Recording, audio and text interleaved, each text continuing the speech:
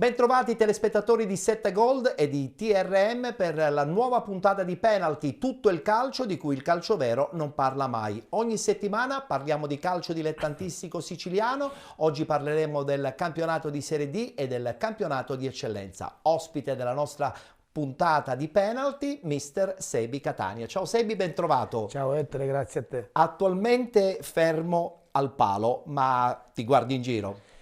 Attualmente ci riposiamo, guardo parecchie partite, ci si aggiorna e poi si aspetta, Il momento giusto. ma senza frenesia, anche perché voglio dire, se deve accadere qualcosa che ne valga veramente la pena. Che campionato di Serie D stiamo vivendo noi siciliani? Ma guarda, è un campionato bello, importante. È un campionato dove ci sono squadre siciliane attrezzate, vedi il Trapani, vedi il Siracusa, vedi la Cireale e poi ci sono quelle squadre che secondo me stanno raccogliendo quello che hanno seminato in passato, su tutte Canicattì e Licata. Soffriremo un po' l'arrivo anche della Regina in questo girone I del campionato di Serie D? Guarda, bisogna vedere dalla situazione economica che hanno e da quello che andranno a fare nella composizione della rosa. I tempi sono ristretti, I poi tempi tra sono l'altro, no? ristretti, la bacchetta magica non ce l'ha nessuno, non vince perché ti chiami Regina, ci sono Giusto. squadre che sono partite molto prima e in anticipo e per cui sai, amalgamare 20 giocatori in una piazza così importante non è facile. Il Catania l'anno scorso che ha vissuto la stessa situazione, Ha però avuto più tempo per ha avuto più organizzarsi. tempo ha avuto più tempo, ma prima del tempo aveva una società forte alle spalle dove ha investito senza mezzi termini perché voleva andare in Serie C. La società sta investendo parecchio, per cui è giusto che il Catania il più presto possibile debba andare nelle categorie che merita, che sono minimo la Serie B. La società importante aiuta nei progetti importanti. Oltre alla Serie D, anche nel campionato di eccellenza, molte società, se hanno una società seria, importante ed in prospettiva, probabilmente aiuterebbe un po' tutto l'ambiente a dei risultati positivi. Ma io parto dal presupposto che la società è la prima base, la prima cosa più importante è la società perché tutto parte dalla società. Considera che io parto dal presupposto che il calcio che facevo io, il presidente, era visto come una sorta di papà, considerando pure i rapporti che io e mio padre avevamo con i suoi calciatori. Certo. Per cui sai, i rapporti erano diversi, oggi è cambiato tutto. Mi viene da ridere, l'altro ieri ho letto un articolo dove c'erano giocatori che baciano la maglia e dopo tre partite, 4 partite Vanno via. Allora io se fossi presidente metterei una regola che la maglia non la può baciare nessuno, se non giocatori come Totti, come Del Piero, come Maldini. Condivido. C'è molta Leonzio comunque nel tuo cuore, perché Sempre. sappiamo benissimo sei nativo di Lentini, ma sei anche uno che ha portato la Leonzio anche ad un livello importante. La Leonzio per me non morirà mai, la Leonzio per me è sempre stato tutto, la Leonzio fa parte della mia vita, della vita della mia famiglia, io lì ho fatto tutto, ho sempre dichiarato, ho fatto il giocatore, l'allenatore, il magazziniere, il custode. Sei stato un'anima. Mi ricordo che ci fu un anno che avevamo problemi con l'acqua, allora abbiamo sperimentato come innaffiare il campo, ma l'ho sempre fatto col cuore perché io lì ci sono cresciuto, ci sono nato. Giustamente. Ho visto tutte le modifiche fatte al campo. Per cui È vero, per e me- anche tutte le situazioni che poi sono nate dopo, purtroppo anche in maniera disastrosa, quell'abbandono di Leonardi che ha un po' Guarda, rivoluzionato anche però- la concezione di calcio. Però ti devo dire una cosa e la devo dire a malincuore. Non è possibile che una città come Lentini negli ultimi 35 anni abbia sempre importato titoli dai paesi limitrofi. Abbiamo iniziato con l'Atletico Catania, poi abbiamo continuato con Leonardi, poi prima di Leonardi ci fu il giudice che portò il Mister Bianco, ora poi per ultimo abbiamo Carlentini che si è trasferito lì. ma la cosa più, io lo dico, l'ho sempre detto a tutti, la cosa più vergognosa che abbiamo potuto accettare a Lentini è che 2 anni fa abbiamo giocato col titolo del Siracusa.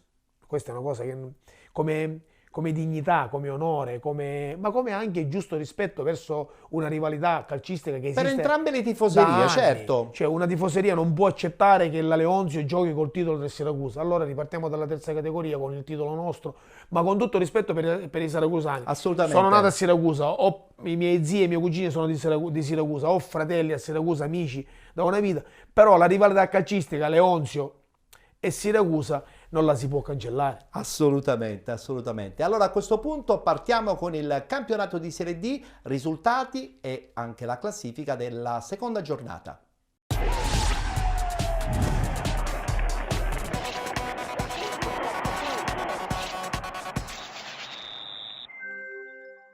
Si è giocata dunque domenica la seconda giornata, guardiamo subito i risultati, eccola qua la schermata. Ragusa batte Castrovillari 5-1, Canicattini batte Portici 2-0, Vibonese Calcio batte Città di Sant'Agata 4-0, Acragas batte Gioiese 1918 1-0, vittoria del Licata 2-1 contro il Real Casalnuovo, 2-1 anche per il San Luca contro la San Cataldese, 4-0 della Nuova Igea Virtus sul campo del Lamezia Terme. Vittoria invece del Siracusa 3-2 in casa contro il Locri 1909. Rinviata la partita Città di Aciriale e dell'FA Reggio Calabria, ha riposato il Trapani.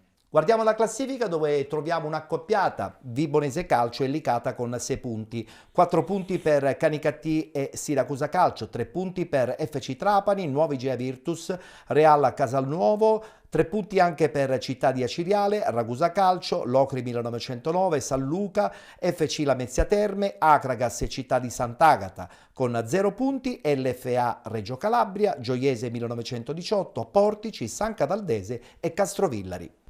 Si ritorna in campo oggi pomeriggio, guardiamo subito la schermata degli incontri. Acragas Città di Sant'Agata, Canicattì Licata, Castrovillari FC Trapani, LFA Reggio Calabria FC Lamezia Terme, Locri 1909 Portici, Nuova Igea Virtus San Luca, Real Casalnuovo Gioiese 1918, San Cataldese Siracusa Calcio, Vibonese Calcio Ragusa Calcio, riposa il Città di Aciriale.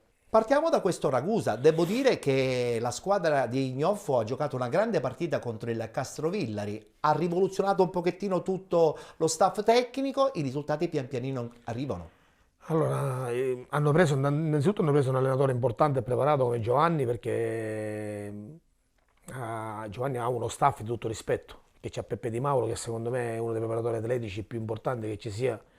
In Serie C è un lusso, per cui, in Serie D è un lusso, per cui è un ragazzo che secondo me la sua carriera parla da sola. Hanno preso Luca Aprile. La società mi dicono che sono delle persone per bene, che fanno lavorare in maniera serena. La sconfitta di Trapani ci può stare, anche se io ho visto le immagini e comunque è un 4-0 esagerato. La prima mezz'ora se la sono giocati alla grande, hanno avuto anche palle importanti. È chiaro che poi tu una squadra come il Trapani non puoi concedere tanto e magari sono stati puniti oltre misura. Però devi considerare che hanno avuto una bella reazione, hanno un difensore centrale forte d'esperienza come Pasquale Porcaro, che io avevo a Lentini, e hanno fatto un mix di giovani, di giocatori di esperienza, e secondo me poi quel valore aggiunto che sarà quello dello staff tecnico e di Giovanni alla lunga porterà risultati. Con Giovanni avevo parlato proprio ad inizio preparazione e lui mi diceva sempre: è importante fare i primi punti nelle prime giornate perché ti aiutano poi a lavorare bene anche le domeniche dove probabilmente un po' più di pericolosità delle società ci sta. Una squadra che poi comunque è giovane, ha bisogno dei risultati, prendi fiducia, lavori meglio in settimana, anche poi tutto sommato Ragusa è un ambiente tranquillo, sereno, ti fa lavorare bene. E poi lì dobbiamo anche dire che lì hanno un direttore vulcanico, famoso.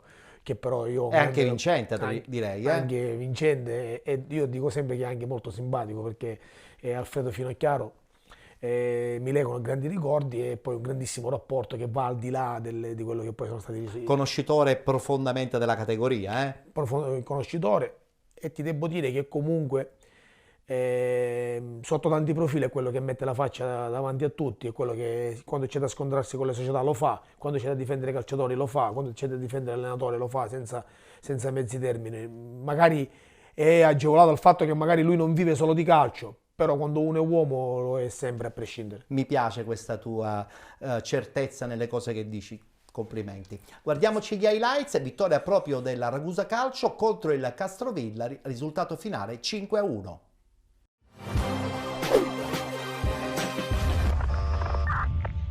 Buon pomeriggio e benvenuti allo stadio Meno Di Pasquale di Avola, dove il Ragusa sta per cominciare la propria gara di oggi, che gioca in campo neutro per le ristrutturazioni che stanno interessando lo stadio Aldo Campo di Contrada Selvaggio contro il Castrovillari. Va Cosenza. buono il tentativo, il grande colpo di testa della squadra del Castrovillari e poi il Ragusa che riesce in qualche modo a salvare quello che sembrava un gol fatto. Romano conquista un buon pallone, si fa vedere Tuccio dall'altra parte, Romano, vediamo che cosa riesce a fare, ancora Romano, il suggerimento per Tuccio, il suggerimento per Guerriero che prova il tiro, la palla che finisce in gol, cambia dunque il risultato al meno di Pasquale quando siamo alla mezz'ora, la rete di Guerriero, il Ragusa passa in vantaggio. Carufi conquista un buon pallone, si fa vedere Tuccio che viene infatti servito, attenzione dall'altra parte c'è Guerriero, ci prova Tuccio, il tiro e la rete di Tuccio che va a raddoppiare quando siamo al 39esimo, Ragusa 2 Castrovillari 0, rete di Tuccio.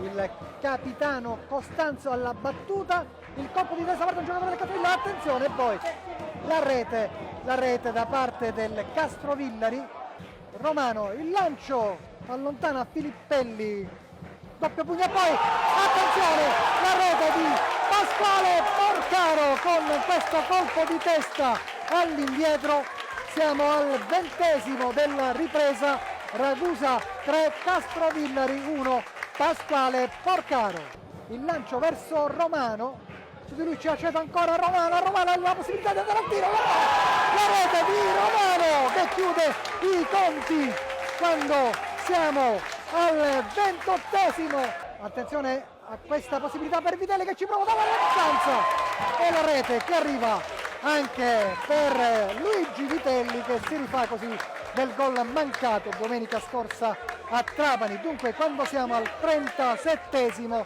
rete di Vitelli e finisce proprio in questo istante. Dunque il Ragusa batte il Castrovillari con il punteggio di 5-1 grazie alle reti di Guerriero, Tuccio nel primo tempo, Romano, Porcaro e Vitelli nella ripresa. A segnare per il Castrovillari al 42esimo invece è stato Crisci.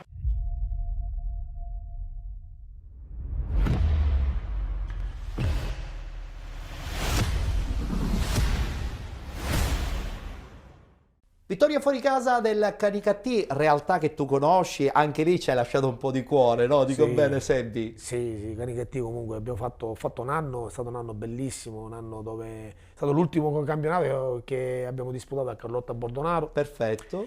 E devo dirti che comunque è una realtà importante, una società fatta di professionisti, di gente per bene, di gente che vuole fare. È un centro che vive di calcio, che vive di piace calcio. la realtà della squadra locale. Purtroppo c'è da dire che in un centro importante come Canicattì, perché nell'Agrigentino è una delle città più importanti, se non la più importante, non dimentichiamo che negli anni '80 era una delle città più importanti d'Italia. Sì, faceva anche la famosa Serie C. Cioè, non è possibile che non abbia uno stadio e non è possibile che ancora oggi si vive una situazione di stallo, perché per la società che c'è, ma per la città non è possibile che Canicattì non abbia uno stadio e lo stadio lo devono rifare lì dove si trova, perché le soluzioni ci sono, basta volerlo, e sono convinto che diventerebbe una realtà molto... Una mancanza di investimenti anche da parte dell'amministrazione, sicuramente, perché in 30 anni non hanno mai, in 30 anni, 35 anni, il campo è come era negli anni 70. Praticamente sì. E allora io sono convinto che con lo stadio potrebbero fare anche più della Serie D. È vero. Guardiamoci gli highlights con l'intervista post partita a mister Pidatella.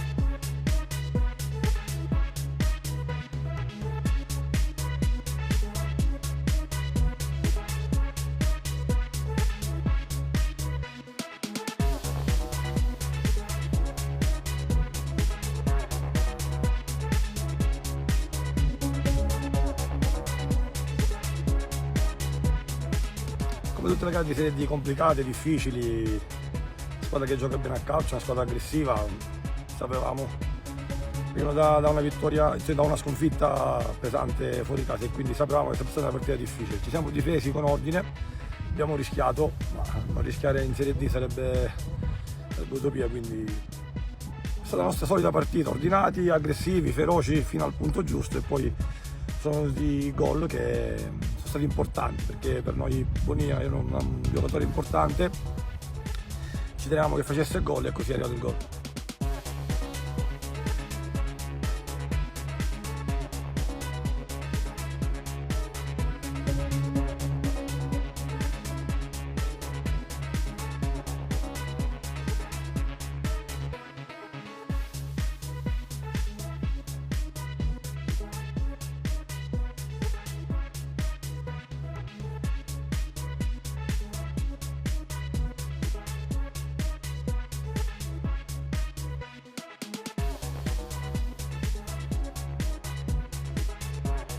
Noi lavoriamo come gli altri, la settimana scorsa ha giocato una squadra, oggi ne ha giocato due e quindi siamo contenti di questo. Noi siamo come gli altri, lavoriamo con umiltà, a volte ci riesce a non prendere gol, a volte, ripeto, ci sono anche gli avversari.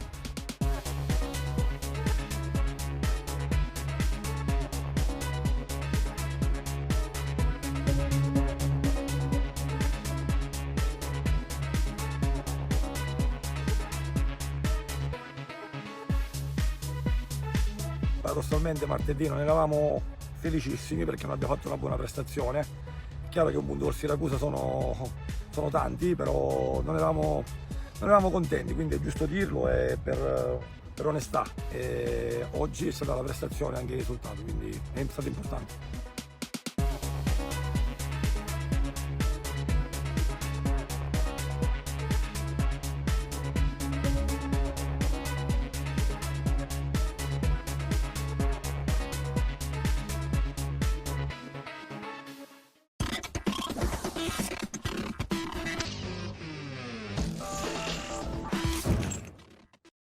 Vittoria fuori casa della Vibonese, una città di Sant'Agata che cade in casa in maniera rovinosa, un 4-0, attenzione, contro la Vibonese che non è l'ultima arrivata.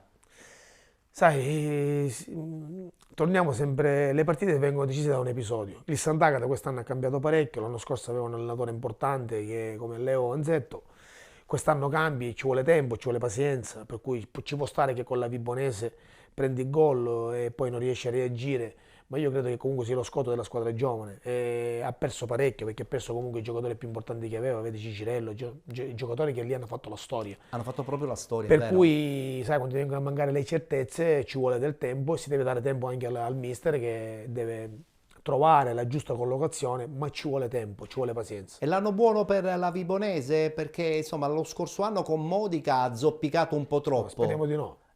No, nel senso, giustamente, diamo merito anche alla squadra calabrese, Ci però. mancherebbe, però sai, io sono uno radicato, perciò tifo per le squadre siciliane. Chiaro, Che giusto. poi vinca il Trapano, vince il Siracusa, vince il Licata, questo cambia poco per me, però io tifo sempre per le squadre siciliane e per il sistema siciliano, perché io sono convinto comunque che abbiamo delle potenzialità importanti, però dovremmo cambiare molte cose a partire dalle strutture sportive. Condivido e allora a questo punto ci guardiamo il servizio, vittoria della Vibonese 4-0 contro il Città di Sant'Agata.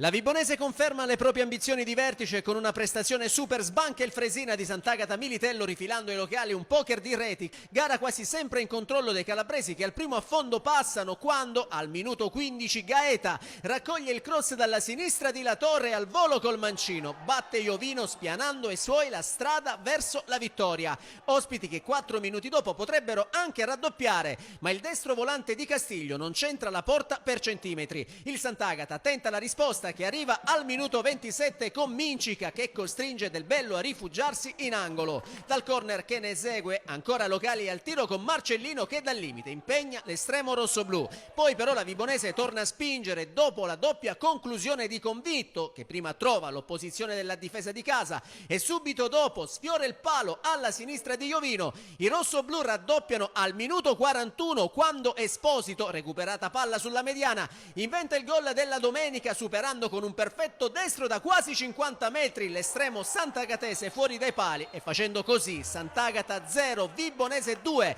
E gioia incontenibile per l'esperto centrocampista classe 94 che firma un gol fantastico, il primo in maglia rossoblù. Nella ripresa ospiti che calano subito il tris dopo nemmeno un minuto con la Torre, lesto a risolvere sotto porta col destro per la rete che vale il 3-0 e la sua prima firma del campionato. Spinge la squadra di Boucher che un minuto dopo con convitto centra una clamorosa traversa dal limite e poi al 53esimo il tentativo volante di Esposito sul cross di convitto è disinnescato da Nagy. Sant'Agata che prova a costruire qualcosa e al 63esimo il neoentrato Cavalli pesca in aria Mincica che di testa non centra lo specchio della porta. Quindi al 92esimo la Vibonese cala il poker su calcio di rigore concesso dal signor Aloise Di Lodi che giudica fallo di mano l'intervento di Fragapane sulla conclusione eseguita da Malara e dagli 11 metri il neoentrato Tandara spiazza Iovino fissando il punteggio sul risultato di 4-0 per i rossoblù. Finisce così, mercoledì si torna in campo con il turno infrasettimanale, il Città di Sant'Agata viaggerà alla Volta di Agrigento per affrontare nel derby l'Acragas mentre la Vibonese tornerà in casa contro il Ragusa. Scorsa settimana perde in casa, ma l'Acragas si rifà subito perché vince una partita certamente non facile fuori casa contro la Gioiese 1918. Un Acragas che ha resettato tutto in una settimana, qualche nuovo innesto, certamente l'ambiente ha subito uno sciocco con quella sconfitta, guarda caso però con il derby. Ma è stato più il problema di aver perso il derby con Licata, che tornavo dopo tanto tempo e soprattutto con le tifoserie presenti, per cui è chiaro che è stata una settimana difficile. Io con Marco mi sento spesso, sia con lui che con Graziano Strano. E allora, sai, la vittoria di domenica è una vittoria che vale doppio, ma per la settimana che hanno vissuto e non tanto per i 3 punti, perché comunque lavorare in quelle condizioni, dopo quella partita, dare... È stata una settimana leggere, difficile, è stata una settimana difficile. Leggere dopo una partita persa, fiducia a Marco Coppa, dico, allora... Ascolta, allora c'è qualcosa che non va. Dopo una partita persa, qualunque tipo di situazione, non puoi mettere in discussione l'operato di uno staff tecnico che aveva fatto tra l'altro molto bene in Coppa. Probabilmente io sono del parere, dico, quando parlo vorrei che ci fosse un po' più di equilibrio da parte di tutti. Parli da allenatore però. Sì, ma no, ora parlo da allenatore, ma parlo pure da addetto ai lavori, parlo pure da tipo... Non può essere che vinci 2 partite, sei il migliore, perdi una partita, allora sei esonerato, c'è qualcosa che non va. Io parlo di equilibrio, l'equilibrio è quello che comunque ti fa andare avanti in un progetto importante. Chiaro. Guardiamoci gli highlights e sentiamo anche le dichiarazioni post partita di mister Coppa, nonché anche del DS Cammarata.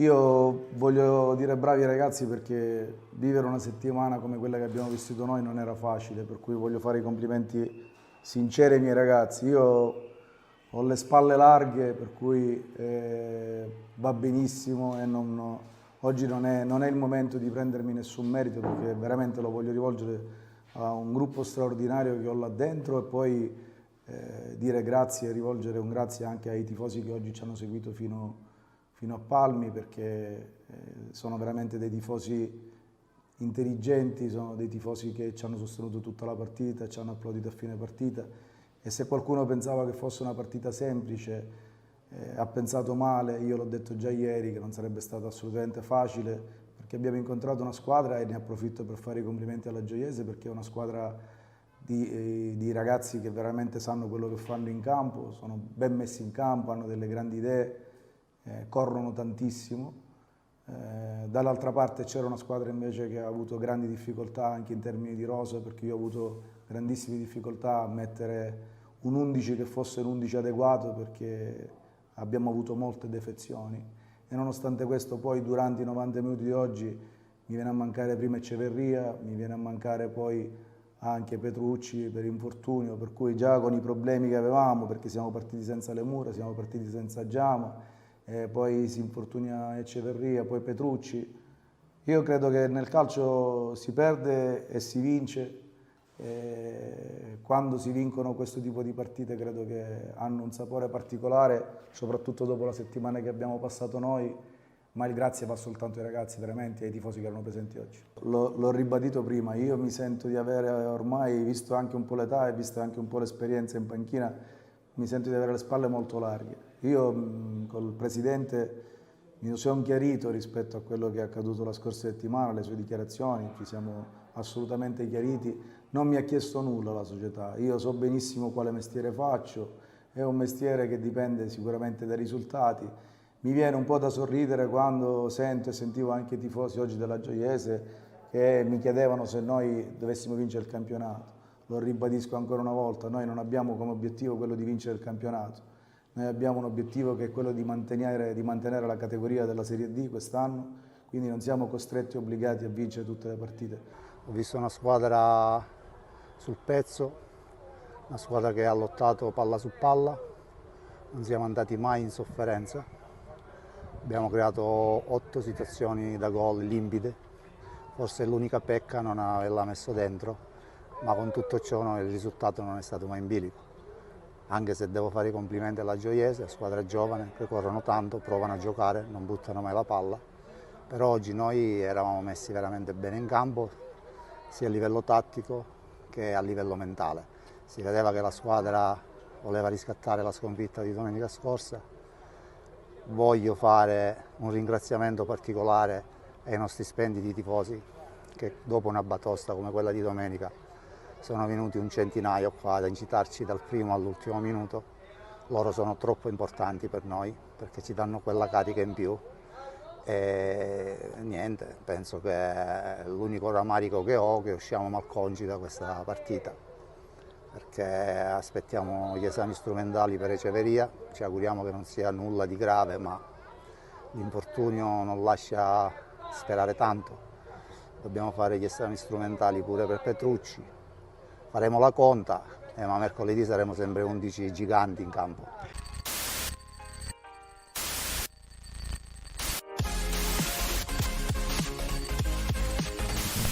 È il momento a questo punto di parlare del Licata, un Licata che vince 2-1, una partita certamente non facilissima contro il Real Casalnuovo, un 2-1 che proietta la squadra di Romano in una posizione in questo momento molto importante in classifica, al primo posto, però la proietta anche dal punto di vista tecnico come sicuramente una realtà a cui tutti dovranno certamente fare attenzione. Ma guarda, se devo essere sincero, per me non è una novità, perché Giovanni Martello e Peppetto Romano stanno facendo qualcosa di straordinario. Sono convinto che la società ha dato fiducia piena ad entrambi, sta ottenendo i risultati che deve ottenere, ha una squadra che ha cambiato poco, i giocatori vogliono rimanere perché la società è seria. A dicembre gli consegneranno il campo, che mi diceva oggi Giovanni, che diventerà una bomboniera, un gioiellino. Allora io ti dico che se Licata scoppia l'entusiasmo, una squadra normale può fare grandi cose, perché non ha la pressione magari di chi deve vincere a tutti i costi come a Trapani. Tra l'altro Romano ogni anno tira fuori dal cilindro qualche elemento nuovo, l'anno scorso è stato l'anno di Samaché, quest'anno sicuramente riuscirà a trovare altri equilibri. Ma già Minacori sta facendo grandi cose. Minacori già dallo scorso anno. Dallo scorso anno, ti ripeto, c'è la mano dell'allenatore, la serenità dell'allenatore, il lavoro di Giovanni Martello che, ti ribadisco, sta lavorando con un budget giusto, ma sta facendo cose egregie, per cui io credo che il Licata, tornando nel suo campo, se si mantiene sempre lì, diventa una mina vacante. Assolutamente. Guardiamoci gli highlights, la vittoria del Licata 2-1 proprio contro il Real Casalnuovo.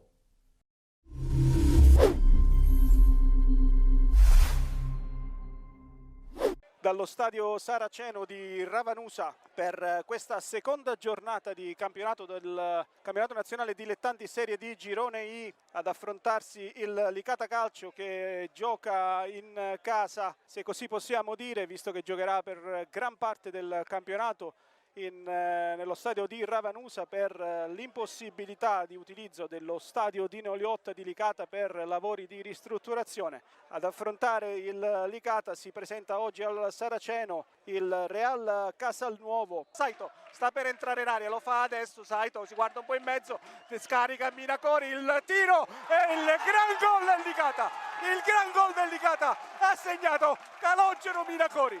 Minacori a portare il Licata in vantaggio con un pregevole calcio di destro sotto l'incrocio alla sinistra del portiere Rossi, ed ecco Rotulo sempre in possesso di palla, supera il suo avversario, entra in area, Rotulo va al tiro e c'è il raddoppio del Licata, il raddoppio del Licata. Licata 2, Casalnuovo 0, se l'ha inventato tutto Rotulo questo gol, ha saltato il primo avversario, ha saltato il secondo, si è presentato davanti al portiere e ha insaccato sul palo lontano. Grandissimo approccio del Licata su questa partita, in verticale, bellissimo il passaggio che poi finisce a pinna, ma c'è il grande intervento di Federico Valenti. Casalnuovo che si distende con Pezzi sul centrocampo, una prateria. Palla verso il proprio compagno, il tiro e c'è il gol del Casalnuovo dal limite dell'area, scoccato un fendente. Piga mette in mezzo, Valenti interviene e finisce qua. Licata batte Careal Casalnuovo senza non poche difficoltà, onestamente, per 2-1, grazie alle reti siglate da Minacori e Rotulo nel primo tempo e di Castellano nel primo minuto di recupero, sempre del primo tempo.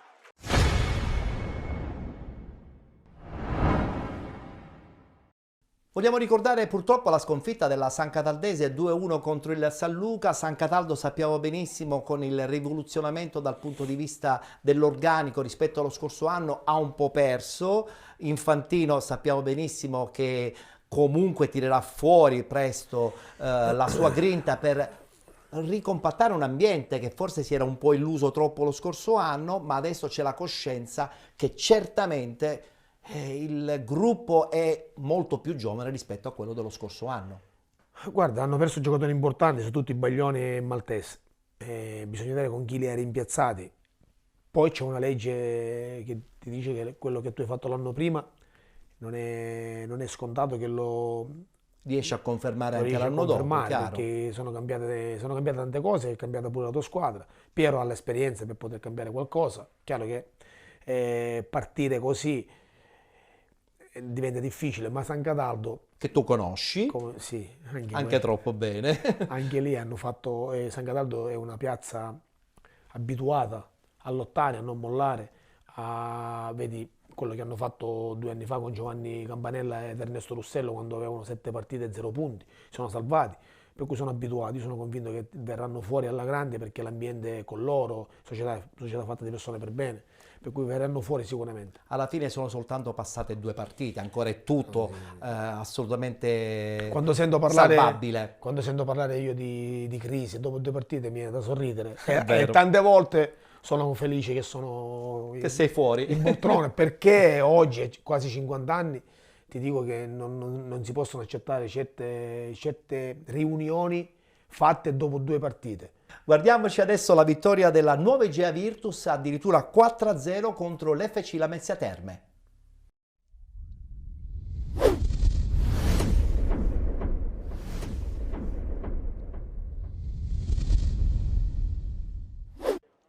Un esordio interno in campionato da incubo per il Lamezia, una batosta incredibile contro l'Egea Virtus che al Dippolito infligge un clamoroso poker alla squadra di Vanzetto che, colpita dopo soli 3 minuti, si spinge troppo in avanti lasciando spazio alle ripartenze degli ospiti che colpiscono ancora nel primo tempo e nella ripresa grazie a uno scatenato isgro.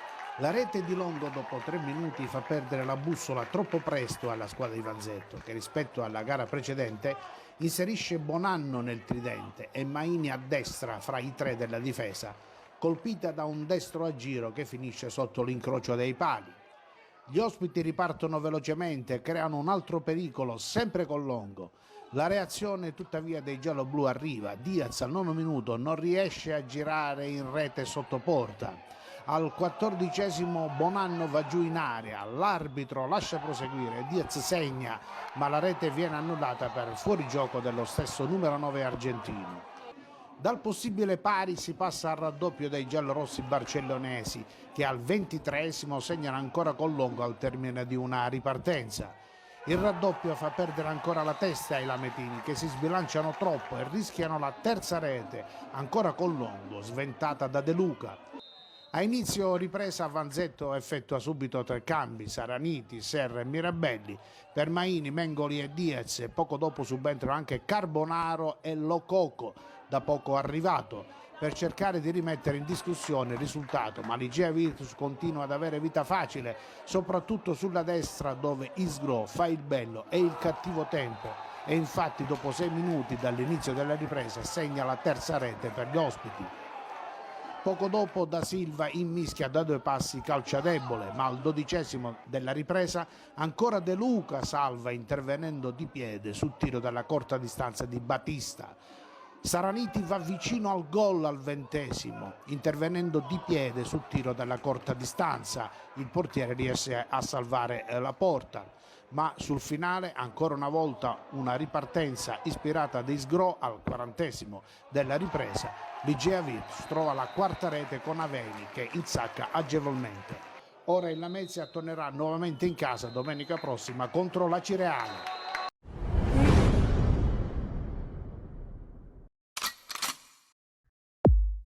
Che succede alla Lamezia? 4-0 in casa, una partita che sembrava abbordabile e invece poi c'è stato questo fulmine della nuova Igea Virtus che tra l'altro veniva da una sconfitta, quindi andare a giocare in un campo difficile contro il Lamezia e portare a casa 3 punti con 4 gol, ti spiazza. Pasquale dal cilindro queste cose spesso li tira fuori. Li tira fuori perché comunque è uno bravo, uno carismatico, un trascinatore. L'Igea si è basata su un gruppo storico, ha ripreso quei giocatori che hanno fatto bene lì, c'è sempre quei giocatori, quei vecchietti, Sgro, Biondo, che fanno sempre la differenza. Tirano sempre il carretto. Ma poi Barcellona è una piazza importante. Magari meraviglia il risultato, il 4-0, però in questo campionato di Serie D, oggi, Ettore, c'è da dire una cosa, oggi il fattore campo non esiste più come una volta, perché questo è un altro handicap importante, la gente allo stadio non ci va più, fuori casa io ho visto le immagini di Portici Canicattì, spettatori 100, gli stadi sono tutti chiusi, si giocano tutte a porte chiuse, per cui sai, il fattore campo non esiste più. Poi ci sono anche spesso e volentieri le dirette che, certo, che ti portano via sul divano, telespettatori. Però c'è da dire una cosa, ai tempi nostri quando andavi fuori casa ti salutavi con la famiglia, È perché non sapevi come tornavi. E a che ora tornavi? Però devo dirti una cosa, se io dovessi decidere quale calcio fare, quello di oggi è molto più pulito, però il nostro calcio era molto più passionale, molto più bello. Anche se tante volte si esagerava, però faceva parte tutto di un contesto, finita la partita finiva lì, però era molto più bello. Molto più bello. A proposito, Siracusa, domenica so che hai visto la partita, una partita, quella contro il Locri, che ha visto soccombere la squadra all'inizio, però poi alla distanza allora, se parti i valori tecnici. Se parti dal presupposto del valore tecnico non c'è partita, perché comunque il Locri, lo squadra che si è giocata la partita a viso aperto, ma che comunque qualche problema ce l'ha. E non è il Locri dello scorso anno, Assolutamente. Poi Siracusa considera che davanti con Russotto, Maggio, Alma, Aliperto in mezzo al campo, giocatori importanti, gli mancava Arcidiacono, voglio dire, è una squadra forte, una squadra che ha investito parecchio, per cui è un Siracusa che a questo punto potrebbe ambire alla vittoria finale del girone? Ma lo deve fare per forza, lo deve fare per storia, per tradizione, per società, per budget. Però tutto. Ci sono gli avversari anche. Per tutto, sì, ma il Siracusa è una società che ha investito parecchio, per cui, sai, nella vita a me piace, non piace nascondersi dietro dal dito. Il Siracusa è una squadra importante, ha fatto dei giocatori importanti. Investimenti di una certa serietà. Non ti puoi nascondere dietro, perché il difensore centrale ha oltre 200 partite in Serie C, Aliperto è uno dei giocatori più forti del suo ruolo, davanti l'anno scorso Russotto hai garanzia, per cui non ti puoi nascondere. Saprà sicuramente Gaspare saprà fare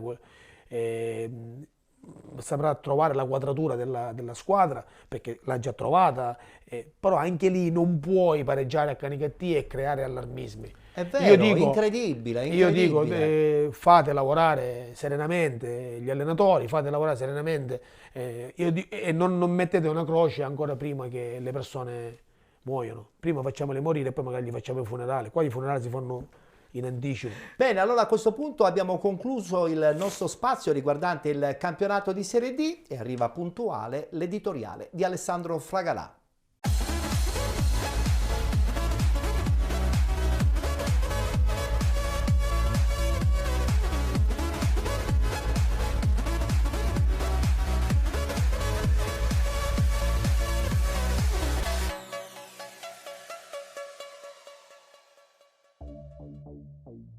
Comincia, anzi è cominciato un altro campionato. La Serie D ha giocato la seconda giornata, ma in realtà è come se si fosse ripartiti da zero. Nuovo calendario, più giornate e un'incognita che si chiama Reggio Calabria, ma si legge Regina o quel che ne rimane. In attesa di vederla in campo sono due le siciliane che ne hanno subito l'effetto. L'ambizioso Trapani, fermato dalla giornata di riposo, e la Cireale che invece da calendario avrebbe dovuto affrontare i calabresi, che cominceranno ad ottobre perché ancora stanno tentando di allestire una squadra. Nonostante queste lacune importanti, la seconda giornata qualcosa ha detto. Ha detto che la vittoria delicata da Agrigento non era un caso, che la squadra di Marco Coppa ha saputo reagire alla debacle iniziale e che la Vibonese ha intenzione di rivestire un ruolo da protagonista in questo campionato. Ma non solo.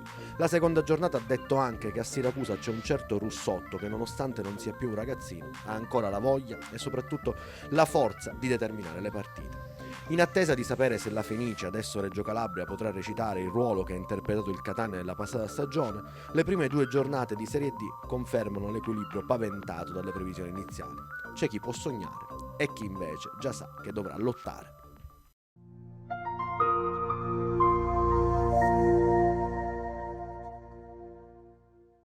Grazie Alessandro Fragalà, con lui ci risentiremo chiaramente la prossima settimana. Adesso ci fermiamo, c'è lo spazio pubblicitario, tra poco ritorneremo in studio e sempre con il nostro ospite Sebi Catania parleremo dei due gironi del campionato di eccellenza.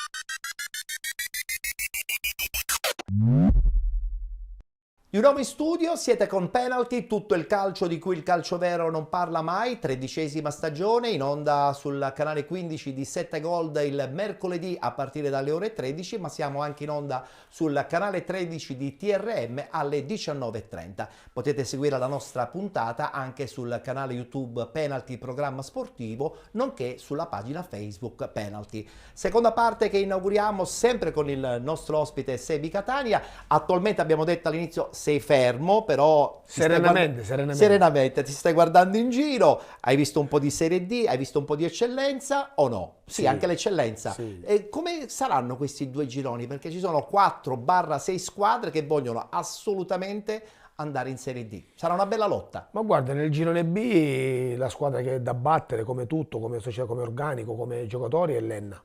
Che Giuseppe Restuccia lì sta facendo un buon lavoro. Poi i giocatori Li conosci? La rosa parla chiaro, numericamente sono importanti, per cui secondo me la squadra da battere è l'Enna. E poi c'è anche il Modica? Il Modica sta facendo bene perché è una società molto seria, è ritornato l'entusiasmo, giocano nel campo vecchio che è il Vincenzo Barone che è un fortino, per cui li faranno bene. Betta è un allenatore che conosce bene la categoria, per cui sono convinto che sarà una lotta a due per quello che sarà la vittoria finale. E poi ci sono quelle squadre, comunque vedi il Gela che si è attrezzato bene, ci saranno le outsider, ci saranno qualcuno che verrà fuori sempre. Mentre invece nel girone A abbiamo chiaramente la Nissa, abbiamo il Pro Favara, questo Athletic Club Palermo che sta attirando molta curiosità. La Nissa si è basata su un gruppo di giocatori collaudati che sono abituati a vincere, poi hanno preso un direttore importante come Ernesto, un allenatore bravo come Nicola, e per cui la Nissa è per me candidata, sembra una tavola già apparecchiata, a vincere, anche se Nicola ogni tanto scherza dicendo che non è favorito. Vabbè, Nicola è questo, no, vabbè, bisogna comprenderlo. Scherziamo, no? qua, ma una battuta ci sta. Sì, ci manca. Nicola ha una buona squadra, lui è bravo, per cui per me la Nissa è attrezzata per vincere il campionato, però, così come il Favara, anche se poi tu hai una squadra importante. Il Favara domenica pareggia al 90esimo con un calcio di rigore che non sta a me a giudicare se c'era o non c'era, però poteva anche non darlo e avrebbe perso in casa, mentre la società che sta facendo grandi cose è l'Atletico Palermo, con una progettazione chiaramente anche dirigenziale. Lì ci sono parecchi giocatori che ho allenato, c'è Giampiero Clemente che è un caro amico, per cui lì quella sarà una società che in futuro farà grandi cose. Iniziamo subito con i risultati e la classifica e parliamo del girone A.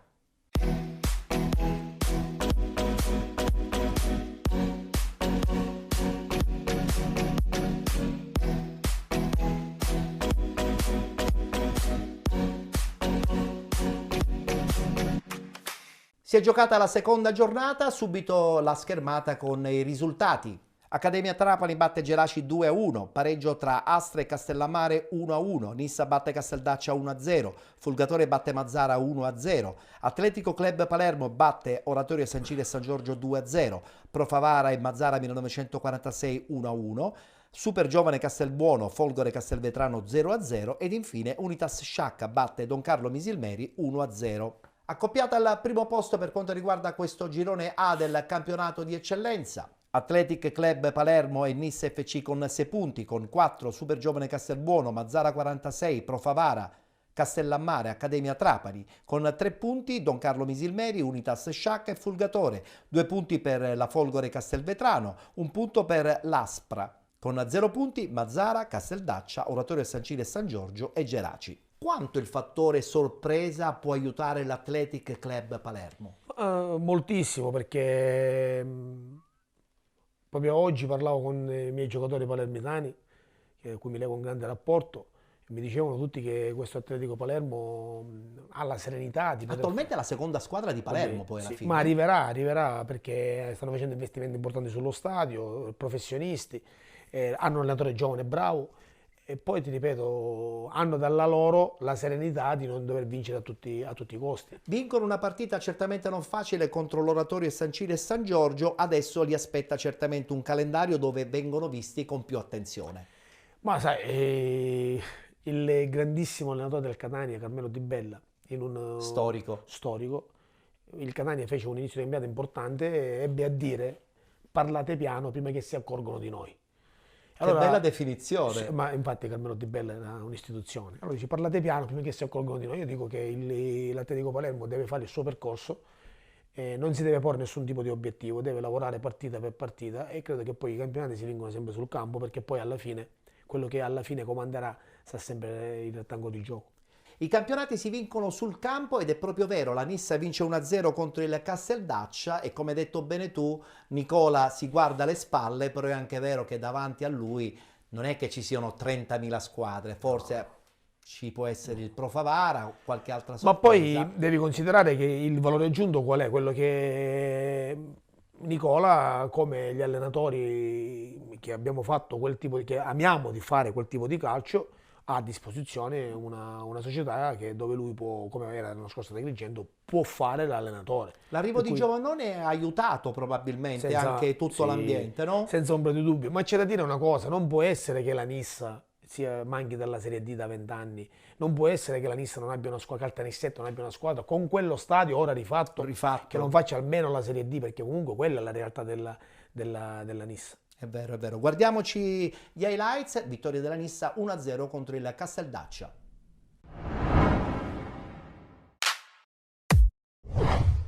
Bentrovati con il campionato di eccellenza siciliana. La Nissa, dopo la vittoria all'esordio contro l'Oratorio San Ciro e Giorgio Marineo nel segno di Gaston Semenzin, affronta il Casteldaccia. Arbitra la partita il signor Carmelo Ramundo, sezione Di Paola. Gli assistenti sono Luigi Ditta e Antonio Barone, entrambi della sezione Di Marsala. Formazioni in campo: maglia bianca a inserti neri per quanto riguarda la Nissa, completo granata invece per il Casteldaccia. Partiamo con la firma del primo tempo, ci provano subito gli ospiti. Gueye lavora la sfera, arriva a Semenzin, conclusione molto complicata che finisce ampiamente alta. Il supporto della tifoseria nissena quando al 22esimo Gueye mette il pallone in mezzo dalla sinistra, non arriva nessuno alla deviazione, o meglio ci arriva un difensore del Casteldaccia che mette in calcio d'angolo, momento propizio per il gol, confusione in area, l'uscita provata dal portiere, alla fine il pallone se lo ritrova Agudiak a porta sguarnita, deve solo appoggiare il toro, questo il rallenti, chiedeva un fallo in attacco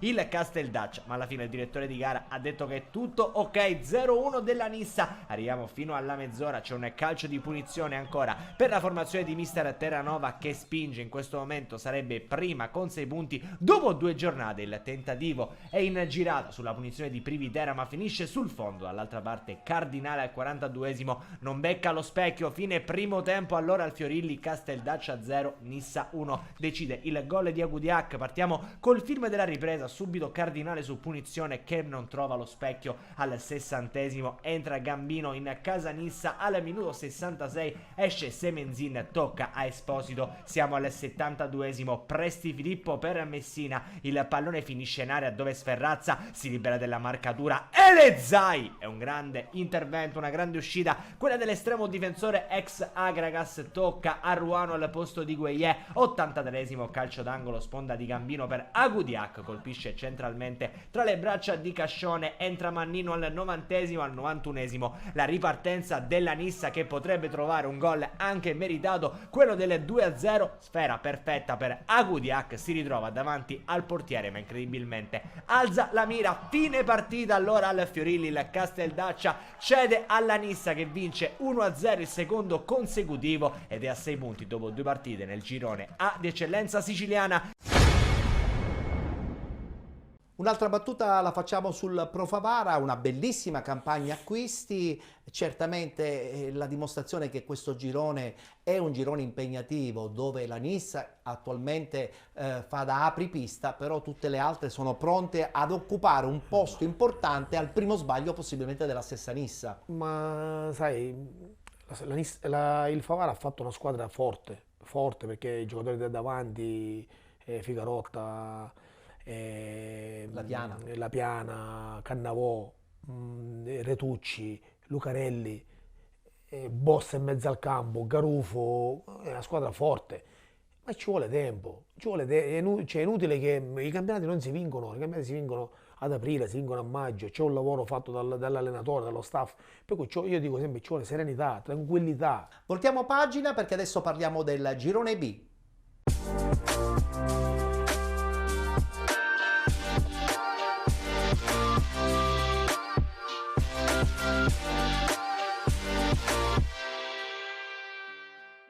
Anche qui si è giocata la seconda giornata, guardiamo subito i risultati. Mister Bianco Santa Croce 1-1, Real Siracusa Belvedere batte Città di Gela 3-1, Modica Calcio batte Rocca Acquedolcese 3-1, vittoria dell'Enna 2-0 contro il Mazzarone Calcio, Leonzio 1909 batte Ionica FC 1-0, pareggio tra Leonfortese e Imesi Atletico Catania 94, pareggio anche a Milazzo tra Milazzo e Messana 1966 ed infine pareggio anche per il Paternò 1-1 contro la Nebros. Abbiamo un terzetto in testa in questo girone B del campionato di eccellenza, abbiamo Modica, Real Siracusa Belvedere ed Enna Calcio con 6 punti, 4 punti per Mister Bianco 2011 insieme alla Nebros, 3 punti per Città di Gela, Leonzio 1909 e Mazzarone Calcio, 2 punti per Imesi Atletico Catania 94, 1 punto per Leonfortese, Santa Croce, Messana 1966, Milazzo, Rocca Acquedolcese e Paternò Calcio. Chiude la classifica la Ionica FC con 0 punti. Voglio partire da questo Paternò. Che succede a Paternò? C'è un po' di trambusto a livello societario, i risultati non arrivano, però io credo che, come hai detto sempre bene tu dall'inizio della puntata, Bisogna dare tempo, bisogna credere che comunque quella squadra per raggiungere certi obiettivi deve avere tempo. A parte che ci sono delle città, delle piazze dove ancora ci ricordiamo la Serie C, la Serie B, ci dobbiamo mettere in testa che quei tempi sono passati, non ci sono più. Oggi ci sono altre realtà e io credo che comunque si debba dare tempo alla squadra. Hanno un direttore di esperienza come Vittorio Stianese che comunque lì ha fatto bene. Poi un campionato può andare male, io non credo che vada buttato tutto perché una partita o due partite non va male. È chiaro che devono capire che la realtà è questa e debbono lavorare tutto verso una direzione, Un unico obiettivo. un unico obiettivo. Questo secondo me purtroppo in alcune piazze, non parlo solo di Paternò, in alcune piazze non succede, dispiace perché Paternò è un'altra piazza che potrebbe fare cose importanti. Sta andando tutto bene invece al Real Siracusa Belvedere, tra la sorpresa generale in testa con 6 punti, 2 vittorie e tra l'altro quella di domenica contro il Città di Gela che aveva vinto al debutto. Il Real Siracusa merita un plauso perché sono ragazzi che lavorano, quest'anno hanno preso un allenatore giovane come Elio Moncada che sta facendo un grandissimo lavoro. È un po' la sorpresa. Anche perché comunque ha eliminato pure la Lazio dalla Coppa e perciò giocano spensierati e ti posso dire che saranno una mina vagante anche se non devono perdere l'obiettivo principale che hanno, che è quello della salvezza, perché poi l'esaltazione ti porta alle delusioni. Devono stare sereni, tranquilli, ma non mancherà a loro come gestire la situazione. E hanno fatto una grande vittoria col Gela, perché non dobbiamo dimenticare che il Gela c'è giocatori importanti che hanno vinto i campionati, come D'Amico, come Abate. Sentiamo comunque le dichiarazioni del presidente Francesco Raciti proprio al termine della partita.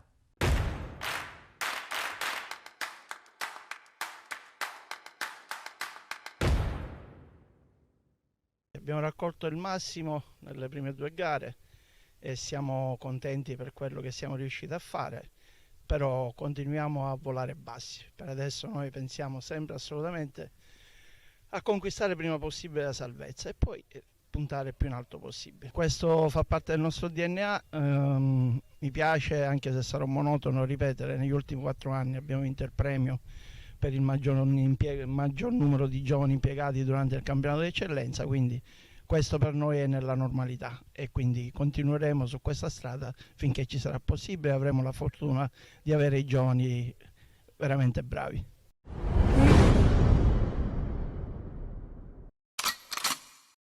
Una battuta sul Modica, da dove iniziamo? Che Betta ha fatto un lavoro meraviglioso. Ma già l'aveva iniziato pure l'anno scorso questo tipo di lavoro. Poi la società ha fatto una scelta diversa, l'ha richiamato, ora quest'anno sono ripartiti di nuovo con lui, la squadra è forte.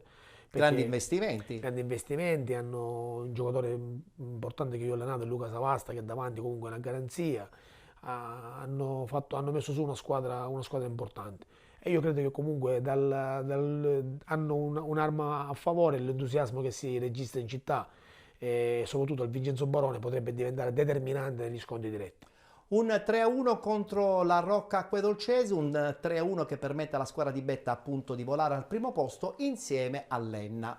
Ad Enna è arrivato Salvatore Utro, grande voglia di rimettersi in gioco dopo l'esperienza con la Don Carlo Misilmeri, vince contro il Mazzarone Calcio, adesso ci sarà l'impegno di Coppa e un Enna che guarda più fronti magari per raggiungere la categoria. Ma con l'organico che ha non può fare altrimenti perché c'ha doppio ruolo per tutte, una rosa dove ha un doppio ruolo per tutto, per cui io credo che alla fine deve per forza di cose lottare su tutti e 2 i fronti, anche perché poi considera che io ho avuto la fortuna di fare la finale, di perderla col Giara ai rigori e fare la finale e andare avanti in Coppa sembra una bella soddisfazione. È vero, è vero, è vero. Abbiamo dunque concluso anche la nostra trasmissione e sul finire dobbiamo ritornare a parlare di Sebi Catania che quest'anno abbiamo detto non sta allenando, si guarda un po' in giro, ma c'è una tua voglia di ritornare presto di nuovo perché ti manca il terreno di gioco, ti manca la polvere, ti manca l'erba, ti manca il calcio. Ma guarda, sì, mi mancano, queste cose mancano perché comunque alla fine dopo è stata la mia vita. È la tua vita, certo. Da sempre, però devo dire, non ho premura perché ritornare tanto per ritornare no. però l'importante è che prima o poi ritorni in campo. Io ti dico una cosa, intanto ti ringrazio dell'invito, sono stato molto contento della tua telefonata e poi non sento la mancanza della panchina perché io in campagna ne ho una personale, tua. Quando ho desideri me ne vado lì, mi siedo e non mi manca. Benissimo, grazie a Sebi Catania, allenatore attualmente a riposo, ma spera, come abbiamo sentito, di ritornare presto di nuovo in un rettangolo di gioco. Noi ci fermiamo qui, vi diamo appuntamento la prossima settimana, come al solito in onda sul canale 15 di 7 Gold e anche sul canale 13 di TRM. Grazie per essere stati con noi.